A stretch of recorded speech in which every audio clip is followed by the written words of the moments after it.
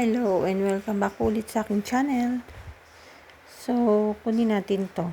Ito ay Asiatic Snow. Tingnan nyo, kulay green lang siya kasi nga hindi siya naaarawan dyan sa gilid. Tapos nagmukha na siyang bruha. Ayan. Ang haba na niya. Tapos mukhang tuyot. So, ang gagawin ko ngayon, ititrim ko siya para gumanda naman siya at ilalagay ko siya dun sa may nasisikatan ng araw para kapag tumubo siya, meron ng kulay.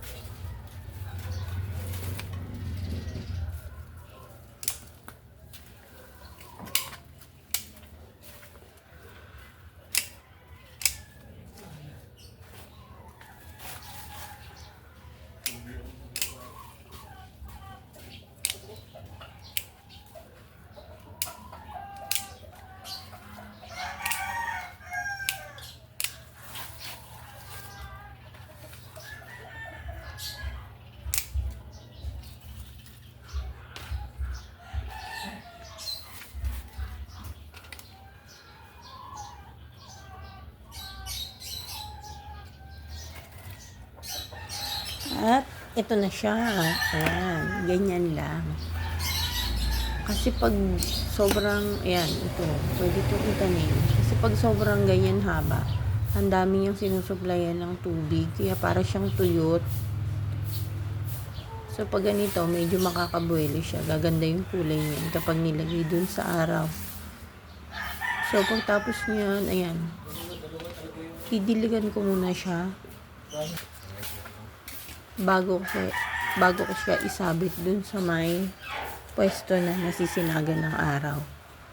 Ayan. Medyo uhaw na to. So, sobrang haba nung mga sanga niya. Ayan, makakabuelo na yan ngayon.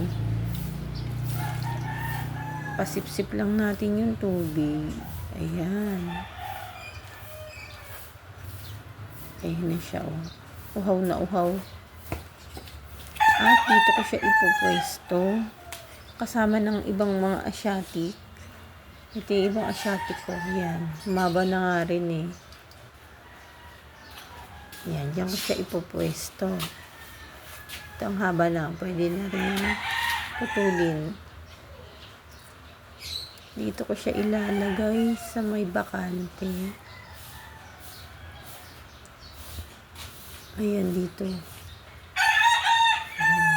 May sinag dito ng araw. Tuwing umaga, pag tanghali, wala na yan kasi may bubong. Hanggang hapon. Pero hanggang tanghali, mga hanggang 11 yan. Meron yan siya dyan. Init. Kaya yung iba, oh, ang ganda ng kulay ito, oh. Labas yung kulay nila kasi nga bilad sa araw.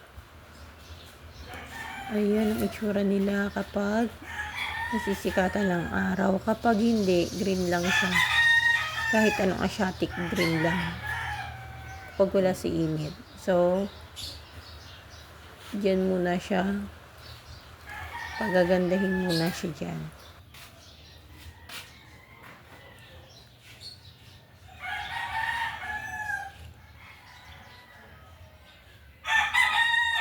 Mga ilang linggo na rin, nung pinutulan ko to, ayan na may usbong na.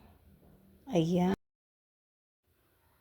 Ayan, mahaba na yung mga sanga niya. May mga usbong na. Ayan naman. So, nakikita niyo yung mga dulo. Nung nakaraan, purong green lang siya. Ngayon, ayan na. May kulay na dahil naaraw na siya. So, ito yung magiging kulay niya kapag naarawan siya. Lalo na kung fully sunlight. Kaya lang ngayon kasi nag-uulan. Kaya hindi masyado yung araw. Kaya medyo ganyan lang. Pero okay na yan. At least lumalabas na yung kulay niya. Hindi kagaya nung nakaraan na purong green. So, ayan na.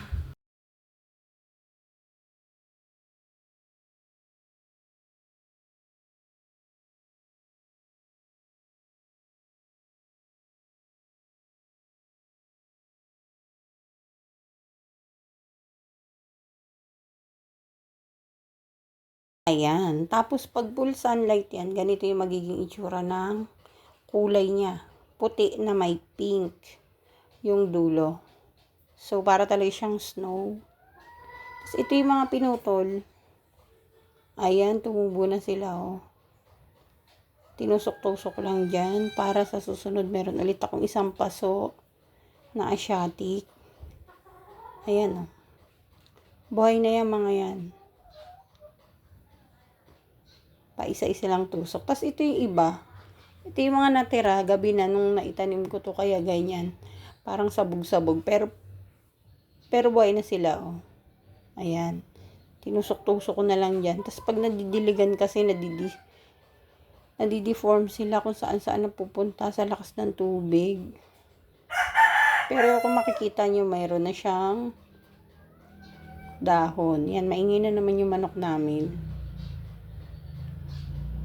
Tapos, magiging ganito yung itsura niya kapag full sunlight. Ito namang isang variety to. Summer sunset naman ito. Yan. Ang ganda nito, halaman na to. So, till next video. Bye muna.